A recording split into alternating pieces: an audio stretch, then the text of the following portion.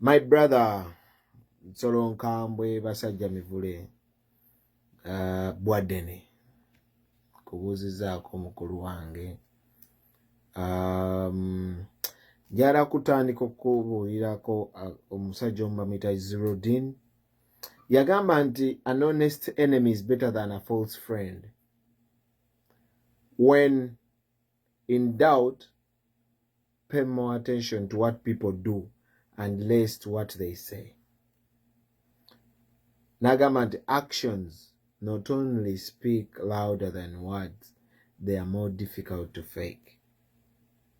Nti bw'obanga oyina omulabe ng'ali honest, ng'akubuulira nti I'll crush you, ali honest, asinga mukwano gwo ayagala okukurashinga ng'ate akwerimbiseemu.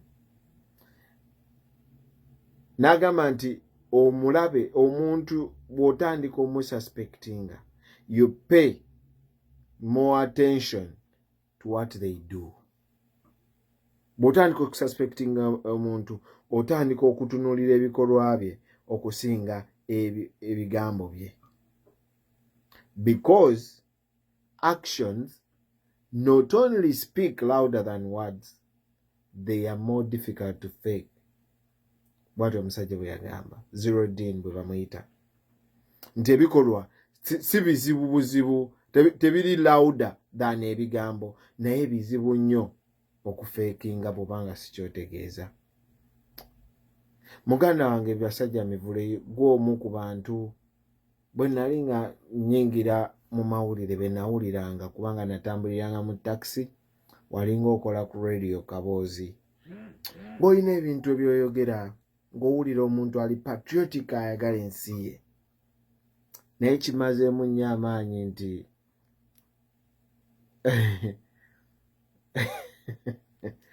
ogamba nti olw'okuba wavumiddwa penge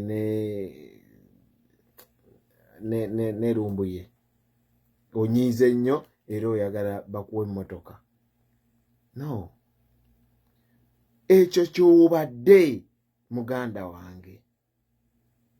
Bino byonna obadde nga weerimba life yo. But it is so unfortunate, my brother. You're only around 50 probably. You're siding with a person who is over 70. Meaning you have more years kunsi.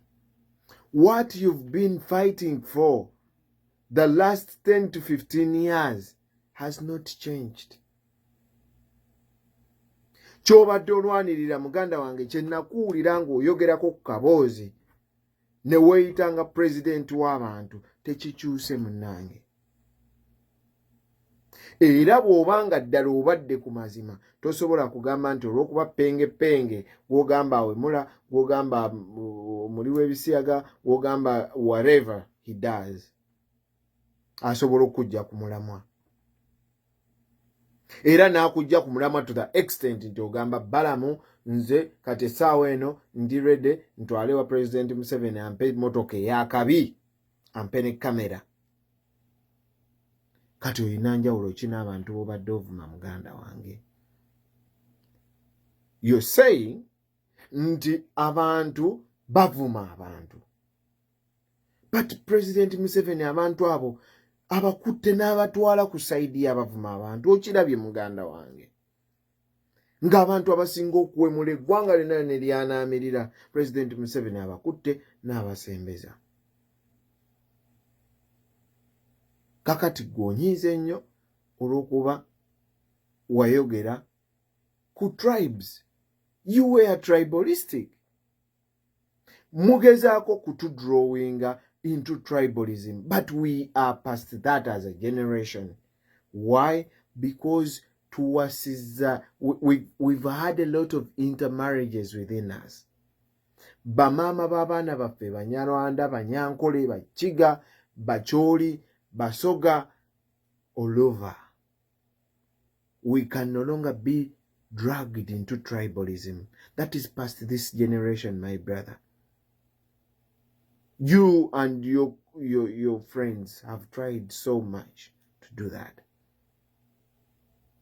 naye nga bw'obanga ddala oli real muganda wange ng'ebigambo bye nakuwuliranga ng'oyogera okuva ku kaboozi emyaka 10 emabega nga byali real, tosobola kuŋŋamba nti kati nyiize ne sayidi yammwe abantu ngivuddeko ngenze ku sayidi y'abanyigiriza era osaba bakuwa emmotoka ya bukadde 5 ovuge nga banno abaasooka. Ne muganda wange ogenda vuga emmotoka eyo bagenda gikuwa, ekyo nkikulayirira, bagenda gikuwa baba tebaagikuwadde dda, naye bagenda gikuwa ogivuge ku nguudo embi. Ku mafuta bayinza okuwa kaadi, naye mukaddewo oba mugandawo oba mukazini wo agenda kulwala agende mu ddwaliro nga teri ddagala, emmotoka eyo gye bagenda okuwa egenda kutwala ssente z'omusolo ezandiguza eddagala mu ddwaliro. Emmotoka eyo gye bagenda okuwa givuge muganda wange ng'omanyi nti oli mu kuvuga ssente z'abalwadde ba siriimu. Givuge ng'omanyi nti ezo ssente zibajje mu COVID. Givuge ng'omanyi muganda wange nti ezo ssente zezandikoze enguudo ennungi abantu ne batambulirako. Naye ogenda vugamu emmotoka bw'omu ky'osazeewo okukola. But this is something that you've struggled for over 10 years. You can't tell me because one Lumbuye and one Peng Peng go on Facebook ne bakugamba bakulabye n'ogamba abo lwaki banvumye bakole press conference babeegaane. Si bwe bikola my brother. Uganda erina ebizibu bingi ebisinga ku Lumbuye ne Peng Peng okuvuma Basajja Mivule. Uganda erina ebizibu bingi. Peng Peng ne Lumbuye si be boogezi ba NUP gye wajjayo kaadi yaayo. Omwogezi waayo mumanyi bamuyita Joel Ssenyonyi.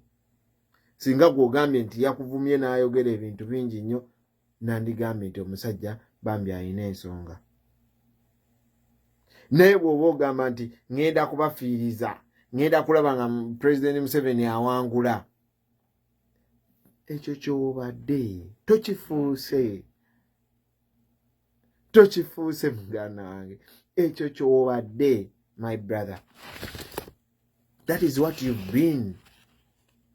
Kakati okola accountability. Ensi eno Uganda erina ebizibu bingi ebisukka ku ggwe muganda wange okubeera nga tuconcentratinga ku ggwe tebamugira. Okay, bw'obanga si ky'obadde, in a live video you said oli muyeekera. That is treasonous. Era mukulu oba linnya kyeddala ndyera Jamiru mukulu ali mukomera because of the same.